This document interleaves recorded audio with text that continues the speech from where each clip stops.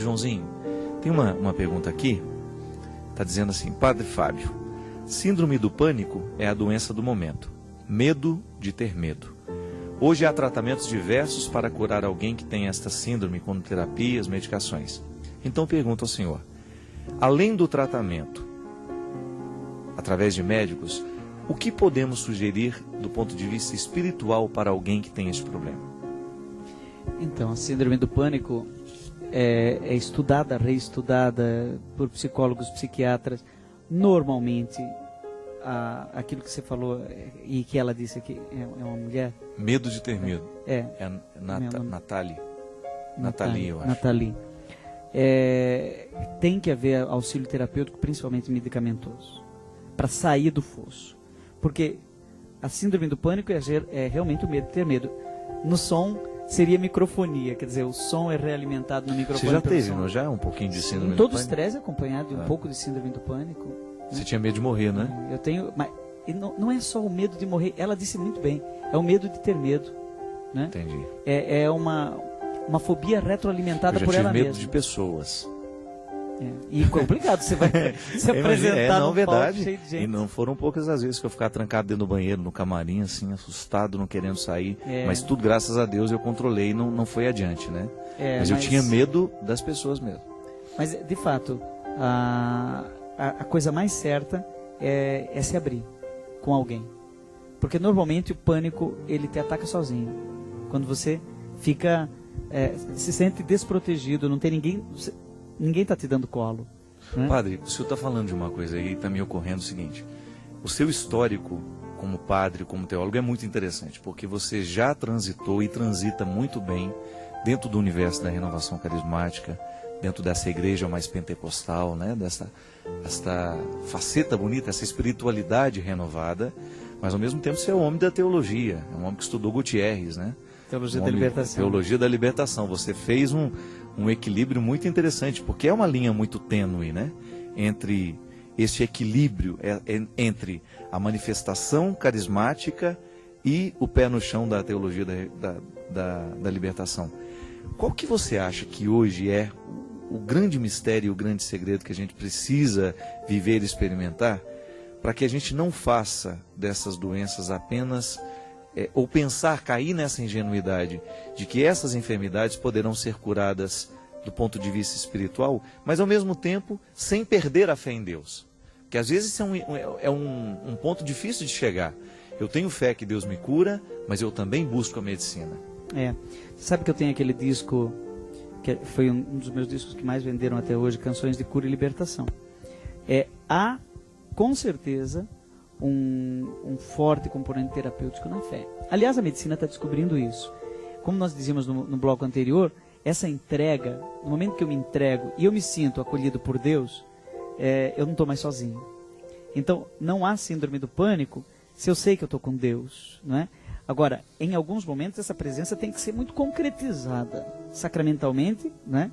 Mas também por meio do sacramento de uma pessoa, né? Então, aqui já começa a sair do espiritualismo.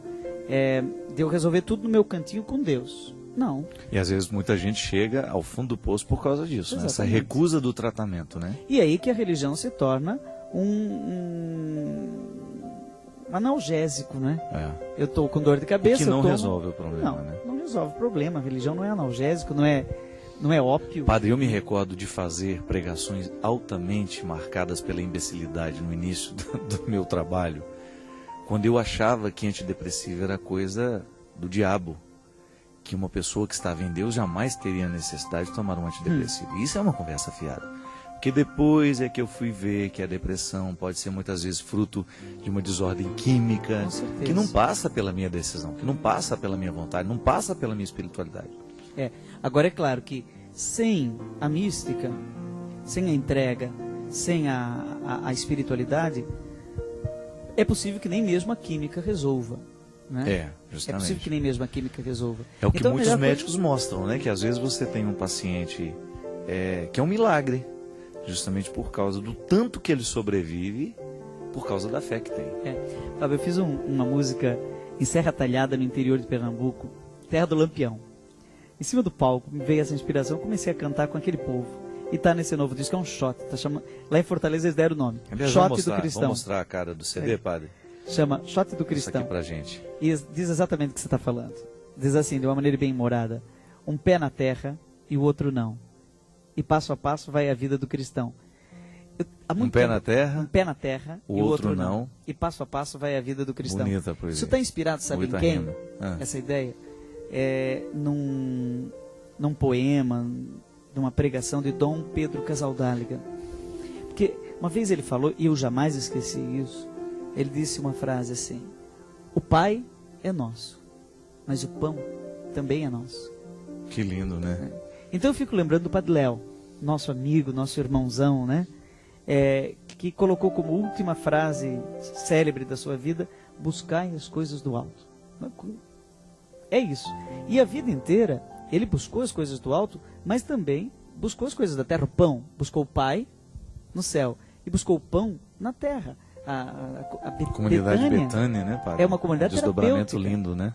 Ela não chega para um dependente químico e diz assim: não, no céu você vai... Busca as coisas do céu, deixa... Não, claro, busca as coisas do céu, mas larga isso daqui na terra. Né? O Léo começava, é interessante, eu me recordo de que algumas situações, o tratamento das pessoas, eles começavam arrumando os dentes. E uma vez eu perguntei: Léo, mas essa pessoa não precisa mais se libertar da droga? Mas olha a feiura que ela tá. Ele falava para mim: viu, se uma pessoa sem dente desse jeito pode recuperar de alguma coisa? E eu achava linda. Aí eu se falei a vida assim, dá uma droga, né? E eu virei e falei assim: mas e se depois que você consertar os dentes já foi embora? Já valeu. Ele falou: vai voltar mais bonita. Então, e aí buscar as coisas do alto, né? A capacidade que o Léo tinha de fazer essa ponte entre espiritualidade e humanidade. O Léo sempre leu Teologia da Libertação. Sempre leu e sempre viveu renovação carismática. Há muita gente que consegue fazer essa ponte. Muitos não falam isso explicitamente por timidez. Eu acho que a Toca de Assis é uma síntese louca, né? Vamos dizer assim, irreverente. É uma Como síntese, tudo que é de Deus mesmo, né? Irreverente, livre, de uma liberdade interior que às vezes eu não compreendo, né? Em algumas coisas. Mas admiro, né? Admiro todos que acolhem os pobres. E não há ninguém que, mesmo não aceitando a renovação carismática, não admire um jovenzinho que sai no meio da noite e, sem medo da violência, vai embaixo de uma ponte. Não tem ateu, né, padre, que não possa admirar uma atitude dessa. Aquilo ali é ecumênico. É engraçado, existem algumas formas religiosas tão elaboradas que não há ateu que possa contestá-las. O amor é isso. É uma forma tão elaborada de religião, né? É um desdobramento tão lindo, e desdobramento e ao mesmo tempo origem, né? De toda a religião. Porque quando eu encontro, e aliás é uma coisa que eu tenho conquistado em pouco tempo da minha vida. Confesso para você que eu sou padre há 7 anos, mas esta sensibilidade social ela é muito recente na minha vida. Talvez por ter sido pobre muito tempo e ter passado por muita restrição, no momento em que eu tive alguma coisa, eu quis ter para mim. E hoje não. Hoje, graças a Deus, eu tenho sentido em mim uma natural disposição de ir ao encontro de quem não tem.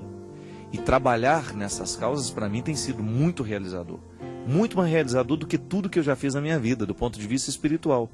Porque quando você vê uma comunidade lá no interior da Paraíba, sendo assistida do ponto de vista financeiro por um trabalho que você realiza, isso é muito lindo, padre.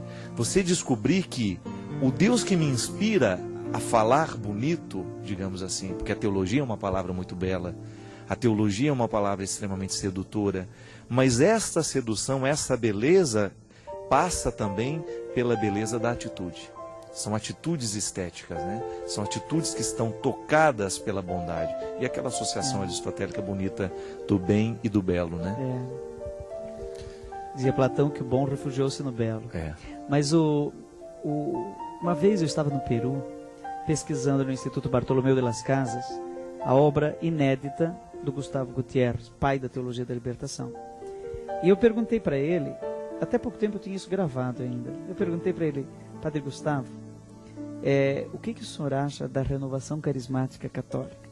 Perguntei para o pai da Teologia da Libertação o que ele acha da renovação carismática católica. O que fizeram, né, com o filho dele. E ele disse assim: acho muito bonito, gosto das canções, da alegria do povo e como reúnem os pobres. só precisa tomar o cuidado de não favorecer a evasão da história. Se tiver esse cuidado, ela está salva. E eu achei isso de um bom senso teológico tremendo, porque não negou, como muito pseudo-teólogo faz, né? Nega o diferente. Quem crê, quem pensa, quem reza diferente, quem levanta a mão diferente, já não reza igual a mim, então não serve, né? Não usa o mesmo anel da cor que eu uso, então não serve. Então é espírito de time, é um pouco tribal demais. Tribal, É tribal. Tem uma reflexão interessante do Lomarnoff, que dentro da filosofia clínica, que ele fala que muito processo religioso é retorno ao tribalismo. Quando as tribos reconheciam a minha é mais bonita do que a sua, e porque eu acho que a minha é mais bonita que a sua, eu vou matar. Eu vou eliminar a sua para que a minha seja sempre Nas a mais cidades bonita. tem isso, Fábio. Cidades que são verdadeiras tribos inimigas. Né? Toda a região tem. Petrolina e Juazeiro, né? Eu não vou dizer que... Eu tenho coragem de dizer. Às vezes você não pode elogiar em Petrolina as coisas de Juazeiro. Se você fizer é difícil o pessoal passar da ponte para ir no show do outro lado. A ponte do ciúme, né? Que o Caetano Veloso fez aquela música linda, né? Lá a coisa já é pública, né? Mas em muito lugar tem. Claro, as pessoas que vivem lá, acaba que isso vira uma piada, uma brincadeira, né? Mas é uma realidade muito concreta, né? Sabe que e o que eu acho bonito, que o verdadeiro cristão que mora em Petrolina e Juazeiro, qual que é o grande testemunho que tem que dar nesse momento? Não existe mais. Você já imaginou se todos os cristãos que vivem em Petrolina e Juazeiro vivessem o desafio de converterem o coração para essa rivalidade deixar de existir? Olha que coisa bonita. Enquanto que testemunho nós podemos dar aí nesse canto do Enquanto país. a igreja se diz sacramento de comunhão, né? Sacramento de comunhão, que é sinônimo de salvação. Hein? Comunhão e salvação são sinônimos na teologia. Então, quer dizer, ou nós vivemos a comunhão e estamos no caminho da salvação, ou nós vivemos a divisão e estamos no caminho do inferno, da divisão. Né? Atualizando a perdição aqui. Né? Perdição. Então, você não acha que é uma perdição esse tribalismo, teologia da libertação e renovação carismática? Horroroso. Ou, sabe, que tem também dentro da própria renovação comunidades de vida, né? Que uma promove um evento, a outra não vai, outra ou não até vai. diz assim, não vá no show do Padre Fábio porque ele não é do nosso time. Uma vez ou não vá no do Padre Joãozinho porque uma vez me proibiram, padre, de fazer uma pregação no lugar porque eu não tinha feito a escola Paulo Apóstolo. Mesmo sendo formado em teologia, tendo mestrado em teologia, eu não pude fazer. Então são certas coisas tribais que a gente tem que tomar um pouquinho de cuidado para não regredir, né?